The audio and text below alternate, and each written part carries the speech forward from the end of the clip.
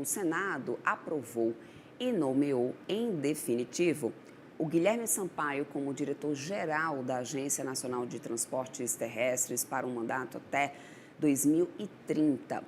Em fevereiro, Sampaio começou a ocupar o cargo de maneira interina e, antes disso, já atuava como diretor desde 2021.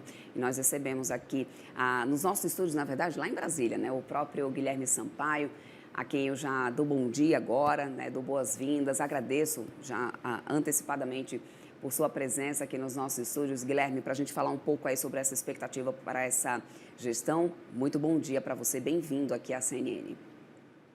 Muito bom dia, agradeço pelo convite e bom dia a todos que nos acompanham aqui pela CNN. É uma alegria retornar aos estúdios aqui em Brasília e compartilhar um pouco do nosso conhecimento, sobretudo os propósitos e ideias para a nossa gestão.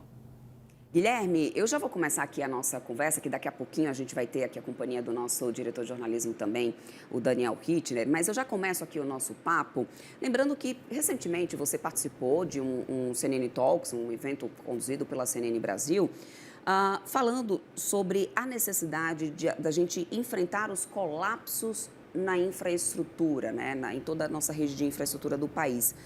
Quais são hoje esses gargalos mais urgentes que agora ficam sob a responsabilidade da sua gestão?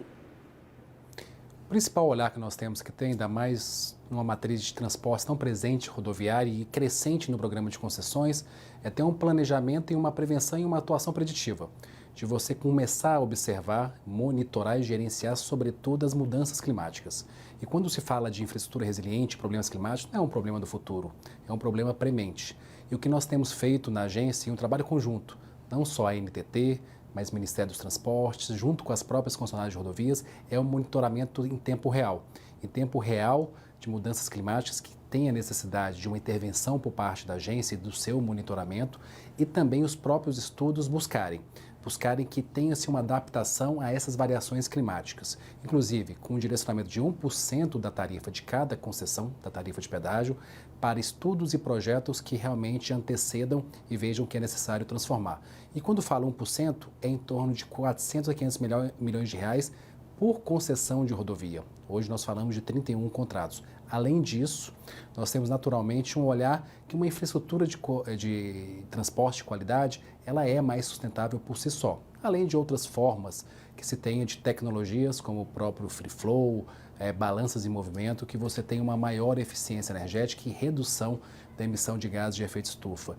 E evitar e buscar mitigar transtornos e colapsos como aconteceu em 2023, na própria região ali litoral do Rio de Janeiro, depois na própria região 2022 de Santa Catarina e o ano passado as tragédias que ocorreram no estado do Rio Grande do Sul. E conseguimos mostrar que programas de concessão de rodovias têm uma capacidade muito maior do retorno e liberação da própria infraestrutura e redução de impactos para todos os usuários e cidadãos que passam as nossas estradas. Guilherme, eu vou chamar aqui para o nosso papo o nosso diretor de jornalismo aí de Brasília, o Daniel Hittner, que também vai conduzir aqui essa entrevista junto comigo. Daniel, bem-vindo sempre. Muito bom dia para você, meu querido. Débora, que alegria estar aqui com você. Bom dia a todos no CNN Money e obrigado especialmente ao Guilherme Sampaio pela visita aqui ao estúdio da CNN. Guilherme, você acabou de mencionar na sua primeira intervenção a importância das concessões de rodovias para a melhoria da malha, melhoria de qualidade, usuário tendo acesso a serviços melhores. Eu queria te pedir um panorama do que a gente tem para esse restinho de 2025 e principalmente para 2026 em termos de leilões. Quantas concessões estão no pipeline da NTT? O que vai ser oferecido efetivamente? Isso é importante para o usuário, mas é importante também para o mercado e para as empresas que estão se estruturando para participar. Você pode dar esse panorama para a gente, por favor? Perfeito, Daniel. É uma alegria estar aqui com você também. Agradeço a ti pelo convite. Primeiro, é importante fazer um panorama dos 2 anos e 8 meses do que nós temos feito. Foram realizados 14 leilões e no ano passado 7 leilões em apenas um ano e o principal, com concorrentes, novos entrantes e disputas de viva voz ocorrendo. Nos recordamos, seja no âmbito federal ou também no âmbito subnacional, nos estados, tem uma presença tão massiva de novos entrantes, disputas e disputas de viva voz. Então, realizamos no primeiro ano, em 23, 2 leilões, no ano de 2024, 7 leilões, e nesse ano, até o momento, até o mês de agosto, 5 leilões realizados. Mas teremos mais 6 leilões a serem feitos neste ano, ou seja, bateremos o nosso próprio recorde do ano passado, que foi 7, neste ano serão 11, e no próximo ano temos a previsão de mais 15 leilões. Então, nós estamos com um prognóstico de sair de 13 mil quilômetros de rodovias concedidas no âmbito federal e chegarmos até o final de 2026 com 25 mil quilômetros de rodovias concedidas. Isso é em torno de mais de 300 bilhões de reais de investimentos privados no decorrer dos 30 anos de execução, mas a sua maior concentração é sempre no primeiro ciclo e no ciclo principal de obras, que vai até o 7º ao 8º ano. Agora, Guilherme, falando um pouco sobre a questão de expansão e integração nesse setor logístico, o setor ferroviário, ele é considerado como estratégico para poder reduzir principalmente os custos logísticos, além, obviamente, do tempo e da eficiência, né, dessa integração. Como que a NTT pretende acelerar essa expansão da malha, integrando, né, toda essa malha de uma forma mais eficiente nesse sistema rodoviário e portuário? Porque essa é uma demanda também muito grande, né, do setor produtivo. Débora, nosso olhar é continuar no programa de renovações antecipadas de ferrovias, como algumas que aconteceram anteriormente e teve a sua otimização e melhoria durante esses últimos anos. Continuar o programa de concessão de ferrovias e temos a perspectiva de realizar no início do próximo ano uma importante concessão, que é a Estrada de Ferro 118, que liga o Porto de Vitória ao Porto do Açu, no corredor ali importante de conexão. E, paralelo a isso, temos buscado avançar também nas próprias autorizações ferroviárias, que temos visto as short lines, elas tomarem tração e ter as suas construções sendo executadas para ligação aos principais corredores ferroviários e, paralelo, essas renovações que estamos tendo de evoluções de trechos, fazer o chamamento público, que o quê? Levar ao setor privado, não no regime de concessão, não no regime de renovação, nem de autorização, trechos já existentes, que ele veja um potencial econômico, alguns deles até mesmo com a presença de financiamento de dinheiro, de aporte público, que ele possa ali participar. Temos perspectiva disso realizar ainda neste ano, uma importante ali conexão da parte sul de Minas Gerais até o estado do Rio de Janeiro. E além, vale aqui destacar também, Débora, e é importante colocar que além da parte dos próprios projetos, nós temos um olhar muito regulatório de um foco no usuário. Nós tivemos um programa muito importante de evolução das renovações, de novas concessões, mas também focar muito no usuário que utiliza a rodovia, que ele tenha uma opção não apenas do rodoviário, mas a integração multimodal desses importantes modos, ferrovia e rodovia, mas com custos eficientes e ter, sobretudo, uma liberação da sua capacidade e que eventuais controvérsias que naturalmente acontecem entre o operador ferroviário e o usuário daquela rodovia seja dirimido pela agência e não tenha problemas ali que grandes embarcadores, seja da indústria, da siderurgia, do agronegócio, tenham dificuldade de ter acesso à malha ferroviária. Hitner. Guilherme, já que você falou em ferrovias, eu gostaria de colocar aqui na nossa conversa a renovação da Ferrovia Centro-Atlântica, a FCA. Esse é um processo, só para que o nosso público saiba e entenda, a renovação está pendente, sendo negociada desde 2015 e o contrato se encerra daqui a menos de um ano, agosto de 2026. O Ministério dos Transportes acabou de concluir essa negociação, mandou todo esse pacote da renegociação e da renovação antecipada da FCA para a NTT chancelar e ver se está tudo direitinho, se está tudo ok. Eu te pergunto, do lado da NTT, qual é o prazo, quanto tempo vocês vão levar? É algo para a gente ter uma conclusão realmente ainda neste ano? Daniel, por parte da agência, nós estamos comprometidos e dedicados para concluir a análise da negociação feita pelo governo federal, Ministério dos Transportes, Casa Civil e outros órgãos de governo, e agora para ver realmente ali as diretrizes, os procedimentos, a parte regulatória, devolução de trechos e investimentos para serem feitos. O prazo que nós estabelecemos na agência, que até o próximo mês, o mês de outubro, nós já tenhamos concluído essas análises e possa ser submetido à apreciação da diretoria colegiada. Essa matéria ainda é um processo remanescente, do qual eu sou também relator na agência e quero aqui nesse processo realmente direcioná-lo ao Tribunal de Contas da União, que vai ser uma próxima etapa de análise desse estudo, dessa construção, para poder prosseguir. O tempo está curto se olhar a proximidade da finalização da concessão, mas é importante destacar que essa é uma renovação desafiadora pelo fato de ser a maior malha ferroviária do país, com mais de 7 mil quilômetros de ferrovias, perpassar por mais de 8 unidades da federação e ter muitos municípios que acontecem, que permeiam essa ferrovia, além, naturalmente, de devolução de trechos que hoje não se encontram operacionais e dentro do plano de negócio da companhia ele não há interesse. Então, nós estamos nos dedicando e, tecnicamente, vamos finalizar essa análise entre setembro e outubro e submeter a diretoria colegiada para apreciação e, consequentemente, remeter ao Tribunal de Contas da União. Então, particularmente, eu vejo que o tempo, apesar de exíguo, ele ainda é factível de poder ter análise por parte de todos os órgãos responsáveis e ele se enxergar a vantajosidade dessa renovação. Agora, Guilherme, o senhor mencionou essa questão de regulação, né, principalmente de olho no próprio usuário, mas eu quero entender, então, do ponto de vista de eficiência e transparência, o senhor já vinha atuando como diretor, né? Agora, no comando, o senhor pretende adotar alguma mudança, talvez na forma como a agência não só regula, mas também fiscaliza os contratos? Sim, Débora.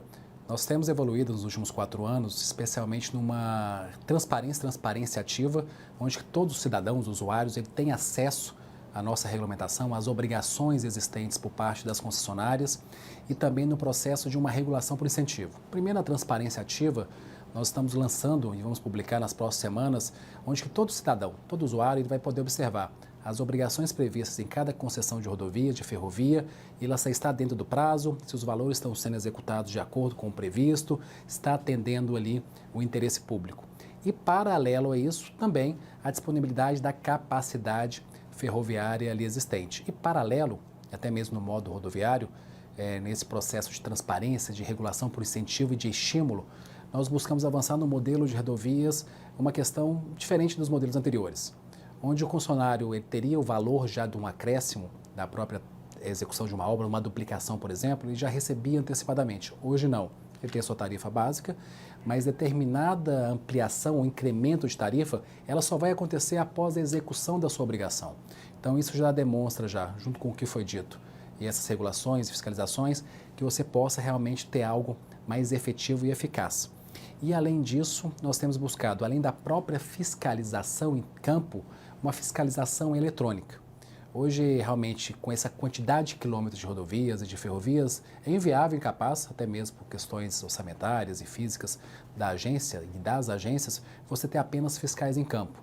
Nós temos que ter implementos de tecnologia, de cruzamento de dados, de informações, e nós temos o nosso Centro Nacional de Supervisão Operacional, é algo que vai nos permitir um hub de tecnologia, de possibilitar realmente essa fiscalização e o monitoramento para o olhar das obrigações contratuais e o olhar, sobretudo, do usuário.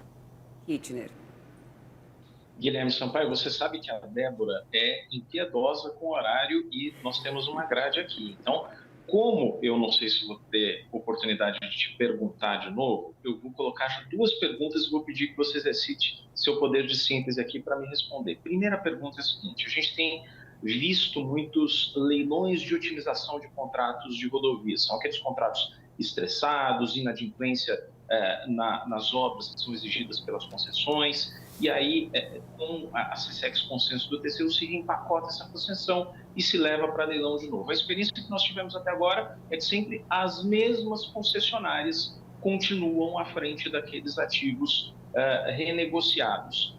Primeira pergunta que eu te faço, a NTT está pensando em algum mecanismo para trazer mais competição para esses leilões simplificados dos contratos estressados? E segunda coisinha, queria te pedir uma palavrinha sobre o orçamento das agências reguladoras. Isso foi um enorme drama de 2025 com o contingenciamento, depois melhorou um pouquinho, e a gente sabe que o desafio continua. Quando você fala em 15 leilões de rodovias em 2026, significam 15 rodovias a mais para os fiscais da NTT fiscalizarem. Como é que você vai lidar com isso?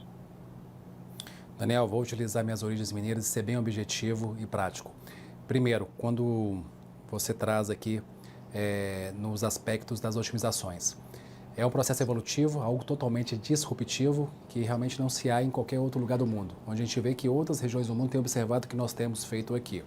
Quando nós chegamos na agência, havia quase que um duopólio no processo de leilões. Apenas 2 grandes grupos ganhavam as concessões existentes. Nesses quase 4 anos, especialmente nos 2 últimos anos, 3 anos, nós já conseguimos mudar e inverter essa lógica. De 14 leilões, 10 novos entrantes participaram. Agora, no processo de otimização, tivemos 2 processos competitivos, 2 leilões levados na Bolsa de Valores, que permaneceram nos atuais grupos, mas acreditamos e vemos que nos próximos leilões, especialmente do corredor Fernão Dias e da Regis Bittencourt, 2 importantes corredores, o primeiro que liga São Paulo a Minas Gerais e o segundo de São Paulo a Curitiba, no estado do Paraná, terão 5 competidores. Primeiro, são ativos importantes, não há riscos ali existentes, demanda crescente e agora com o contrato já remodelado e reestruturado e muito vantajoso para participar. E, paralelo a isso, nós temos aperfeiçoado algumas questões. Dentre elas, por exemplo, nessa comissão mista existente, antes tinha a presença da concessionária, hoje não há mais a presença dela, apenas de presença de órgãos públicos. Segundo, as informações elas são disponibilizadas sem qualquer custo, já para os interessados poderem participar e verificar essas obrigações.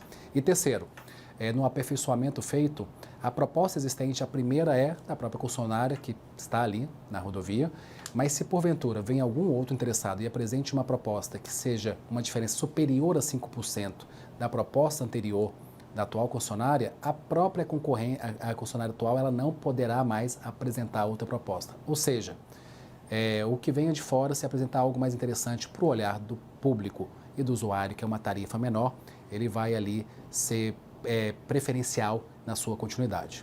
E agora falando de orçamentos, eu vejo que é um tema muito rico e importante a gente poder enfrentar, que eu não vejo realmente projeto de infraestrutura em qualquer modo existente se não houver agências reguladoras fortes. Então eu vejo que é um momento de fortalecimento da sua autonomia, da sua independência, mas não apenas da parte de gestão administrativa que há e existe no Brasil, mas também do ponto de vista financeiro. Vemos agências, e é o caso da própria NTT, nós somos 400% superavitários. Temos performado nas nossas entregas, nas nossas atuações, nos 4 modos de atuação, rodoviário, concessão de rodovias, ferrovias, cargas e passageiros, mas é necessário sim ter uma contraprestação e um retorno financeiro condizente. Então eu vejo que é um momento oportuno de se falar de soberania do país, frente a alguns ataques ocorridos internacionalmente, mas também falarmos da soberania da regulação, fortalecendo as agências reguladoras com percentuais que existam ali da sua própria arrecadação sejam retornados para as próprias agências. E tenho certeza, falo pela NTT e outras agências irmãs, que se colocarem indicadores de desempenho, indicadores de performance para ter esse retorno financeiro por parte da arrecadação ou alguma questão existente, será topado, porque o que nós vemos realmente é uma entrega muito relevante dos projetos, a implementação de política pública, mas a necessidade do seu fortalecimento financeiro e fortalecimento de pessoal, inclusive com recomposição da sua mão de obra. Então eu vejo que tem concursos aí que já foram realizados, outros concursos que devem ser feitos, inclusive o chamamento de concursados aprovados que estão aí prontos já e qualificados para fazer frente às demandas e necessidades prementes das agências reguladoras. Guilherme, muito obrigada pela tua participação. Olha, o Ritney foi assertivo, hein? Nosso tempo realmente está acabando por aqui. Eu quero muito agradecer a tua participação. Conversamos com o Guilherme Sampaio, diretor-geral da Agência Nacional de Transportes Terrestres. Muito obrigada, meu querido. Muito obrigado, Débora. Muito obrigado, Daniel. Estamos sempre à disposição.